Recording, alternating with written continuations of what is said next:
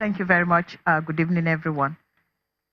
One of the hallmark of democracy is inclusiveness, and I I do believe that 3 years into a democratic rule, um, we are assessing the impact that democracy has had for us as a people. And one critical question for me, which was asked at the beginning of this program, is a democracy, who does it benefit? Well, I represent a constituency um, that addresses issues relating to women. And I do know that there is no country without its population. If today we are talking about, we're reviewing the progress we've made in that democracy, and women have been largely excluded. For instance, Professor Anslem Ondikalu talked about the impact of insecurity and that women are at the receiving end. Yes, it is obvious, because if you look at the girls that are kidnapped, the rape cases, women are indeed at the receiving end. But what the challenge I want to throw at this moment is that, yes, in assessing how far we've gone, we do consider that, yes, to some extent, some level of change we see, but to a greater extent, there's also a consensus that not much has been achieved in terms of a change that has impacted very meaningfully in the lives of Nigerians. Right, and I think that this is the issue that we should address. For instance, we're delighted that the not too young to run bill. I mean, I was delighted when the young youth said, but now, but we also need to acknowledge that panelists would We must take another person now, yes. Ms. You've made a lot of comments, because they need to remember what you've asked as well. We'd also like to announce that we extend the program by another 15 minutes. We'd like to invite Mr. Monde Obani for his question as well. If you can, please hit the nail on the head. Yeah, thank you very much. I want to appreciate Channel also for these brilliant minds that came today to dissect these topics. It's very obvious that Nigeria is not working, and that is general consensus. And I asked Sister Obi, if you are going to Oka, I don't know how you're going to go tomorrow, whether by plane or on the road. And along the road, you have a bad driver, and the engine has an issue. All the parts are not functional. What would you want to do in order to get to Oka?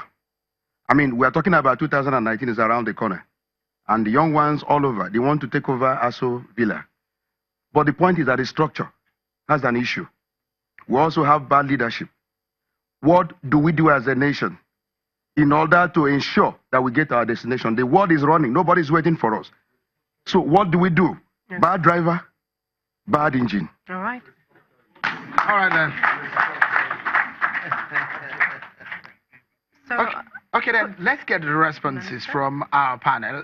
Let's begin with the minister. I guess you have a lot to chew from all of this. Where do you start from, Dr. Elenama? Well, I think first of all, most of the things we listened to were comments, and and I've listened. And to be honest, one of the benefits of a gathering like this is to learn from each other. But I think the message remains clear, and I'm glad it was acknowledged, that there is first a collective responsibility, and then second, there's a journey ahead. What I was hoping would happen, and some of it has happened, but not as much as I would have liked, is this understanding of the scorecard in terms of what has actually happened. Is it a basis, to build upon, or what needs to change? And there are obviously areas where you need to make changes. But the things that are working, how do you accelerate them? How do you accelerate them? And I make this point because I think there is a connection, there is a relationship between those 3 points that are on the agenda of the president and the government's agenda of security, fighting corruption, and the economy. Okay. And I'm glad that you are focused on trying to make sure that those linkages are working. All right. On the second question, Professor Akinfe, they asked. 13.8 billion as running costs for the lawmakers, Dr. Dipolu? I think Prof was talking about the famous 13.5 million, not 13.5 billion. But my understanding is that those resources are given to them to be able to hire legislative assistants and to have the support that they need in their offices. That's my understanding. But the point I really wanted to respond to was, I was asking a question of my sister, and she made clear that that's not what she was talking about. I'm saying that if you are in a constrained budget situation, and you are spending 70, 80% of your resources on personnel, it's an easy response to think. So I asked her a question, and she said that was not what she said. And in fact, I found that Professor Tomi, Mr. Rewane, all of them left to her defense. But I was even asking a question. So I wasn't accusing her of anything.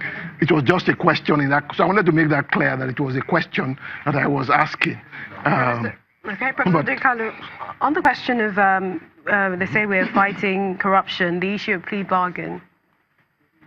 I'm an advocate of plea bargaining. Unapologetically. First of all, it's in our laws, actually. So it's not unlawful, okay? It's in the laws governing criminal procedure at the federal level and the state levels, including the Lagos State laws of 2011. The fact is that if you are not able to do that, if you can't deploy plea bargaining, you're not going to be able to get much of convictions, nor are you going to get much of asset recovery, because the people who have plundered the state are going to be able to incapacitate you by getting the best legal minds and brains and buying up all the assets you need to be able to bring them to account. On immunity and security vote as well. I think, I know that the expression low-hanging fruits has been used here in a rather disreputable fashion this evening. But I really genuinely do believe that if you're going to fight corruption effectively, you've got to identify things you can do short-term. I think immunity amendment at this particular time is long-term and not short-term. Because we're going to conclude the program in just a few minutes. So let me allow Colonel Sanlabo and Professor Kila to give us the final word. In about 30 seconds or so. Thank you, Sean. Based on what the reaction to what the comments that have been raised. Yeah, thanks. I just want to quickly add that it is important we all bear in mind as citizens that, look, security is a collective responsibility. Let's not just lay back and give this impression that, look, the military chaps should do their job. Intelligence itself, like this, is often generated from the grassroots. Okay? It comes up as information before it gets processed into intelligence. Who are those in most cases at the grassroots? Our own people. Right. Okay? Secondly, it is important that as a nation, we are able to bring about some level of, do I say, equality or whatever in terms of the earnings. All right. Let's allow Professor Kila to quickly weigh in, because we are in the final moments of the program. In the final moment, I would round up by saying that everybody should realize that democracy is a process. It's a continuous thing. And we shouldn't be, it's easy. Now, I agree with the minister. It's easy to get carried away by good articulation and fall into partisan idea of I am for this or I'm for that person. All right. We must remember that what we are celebrating today is the values that allows us to be here. Let's stop you there. Let's hear from Mr. Nalama. Half a minute. I think, again, I would say that for me, the most important thing is, do you have a success formula that is working? Can you pull together, to build on it? And I believe that, what we are seeing is the remaking of a country. I just wish it's a more collective process. And I believe that we should focus more on results in terms of what's good for us versus who is right and who is wrong. Final words from you, Dr. Dibwelu. Oh, thank you very much. I think it's been a very enlightening evening, but I think the point at which the minister ended is really the best point on which to end, which is that if you have a work in progress and you are building on that work in progress, we should collectively put our energies behind it so we can get to the results that we desire. Well, it's been a wonderful moment, I guess. I think it's a democracy day, and I think we deserve to clap for ourselves for sustaining our democracy to this very point.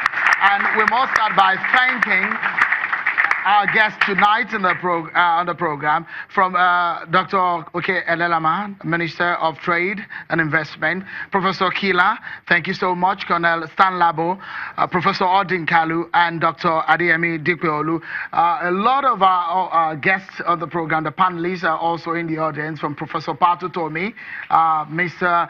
Roman Ohehali, Dr. Obi Ezekwesili, Toyosi Ogunsiji, Mr. Bismarck Iwani, Professor Akin Oyebode, and Alhaji Yabagi, and many thanks to all of you for coming on the program. Let's not forget the members of our audience as well. Absolutely. The online community, thank you. Everyone who made this show a success, we thank you. And we'll see you at the next Channels Forum. All right, that's it on the Democracy Day edition of Channels Forum. It's been a wonderful time with you all. Many thanks to our panelists. We all say a big thank you to members of the audience, the online community, and everyone who's made this show a success. We thank you. See you at the next Channels Forum. I'm Sean Wakimaloe. I'm Millicent Nwonka. Goodbye.